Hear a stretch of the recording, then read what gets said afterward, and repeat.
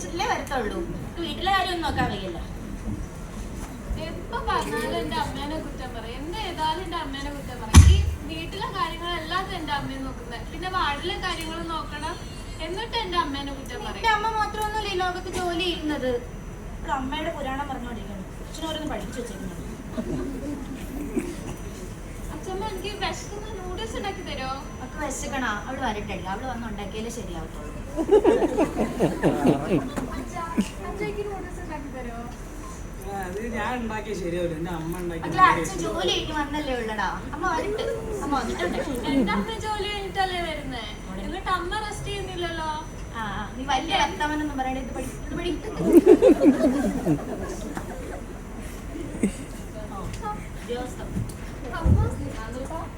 അമ്മ എനിക്ക് ഡൗട്ട് ഒന്ന് ക്ലിയർ ആക്കി തരുമോ? പിന്നെ എനിക്ക് ഭയങ്കരമായിട്ട് വിശക്കുന്നുണ്ട്. രാവിലെ പറഞ്ഞ പടി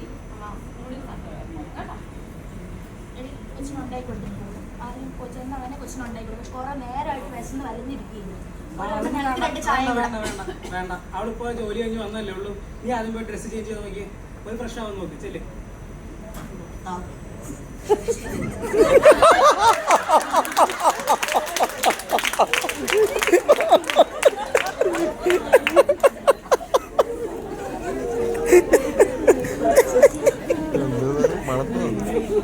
രക്ഷയില്ല.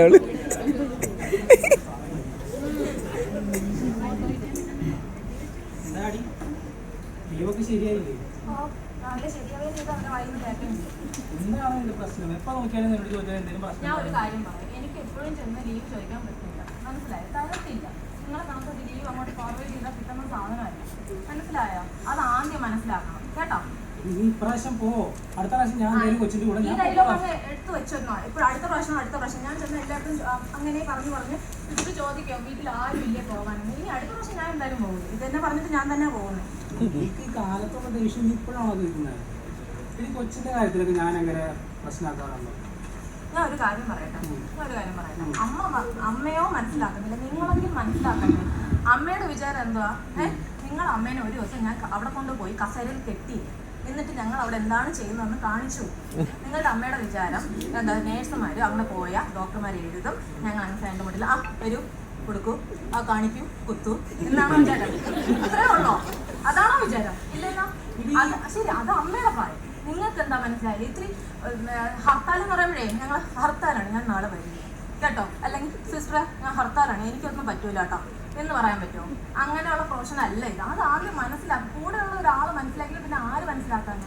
ഞാൻ തന്നെ മനസ്സിലാക്കാണ്ടല്ല, നിനക്ക് എന്റെ ജോലി കാര്യം അറിയണമല്ലേ, പിന്നെ എന്തിനാ നീ ഇങ്ങനെ ഇതാക്കുന്നത്? നിങ്ങളുടെ കാര്യം മനസ്സിലാക്കുന്ന പോലെ എന്റെ കാര്യം മനസ്സിലാക്കാൻ നീ പഠിക്കും കേട്ടോ. ശരി, നീ മാറുന്നു.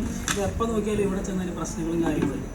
കൊച്ചിന് ചായ കാപ്പി ഉണ്ടാക്കണമെന്ന് പറഞ്ഞിട്ടുണ്ട്, ഞാൻ ഉണ്ടാക്കി കൊടുക്കാം. നീ കൊച്ചിന് എന്തെങ്കിലും ഡൗട്ട് എന്തെങ്കിലും ക്ലിയർ ചെയ്ത് നോക്കി.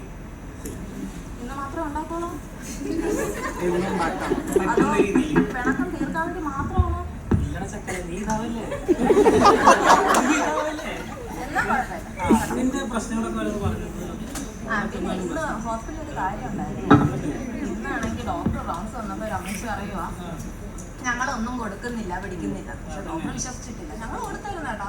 പക്ഷെ അമ്മച്ചിയാണെങ്കിൽ അതൊന്നും സമ്മതിക്കുന്നില്ല. പിന്നെ ഇന്ന് ലീവ് പറയാൻ വേണ്ടി പോയ സമയത്താണ്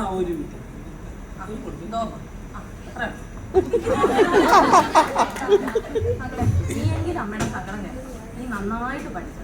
ഈ കോഴ്സിന് ഒരു കുഴപ്പമില്ല, പക്ഷെ അതിൻ്റെതായ വില ഇപ്പൊ കിട്ടുന്നില്ല. അത്രേ ഉള്ളൂ. അമ്മയുടെ കഷ്ടപ്പാടൊക്കെ നീ കാണുന്നുണ്ടല്ലോ. നന്നായിട്ട് പഠിക്കണം കേട്ടോ. ശരി, നമ്മൾ പോയിരുന്നോ, കുറച്ച് പണിയുണ്ട്, തീർത്തിട്ട് വരാം കേട്ടോ.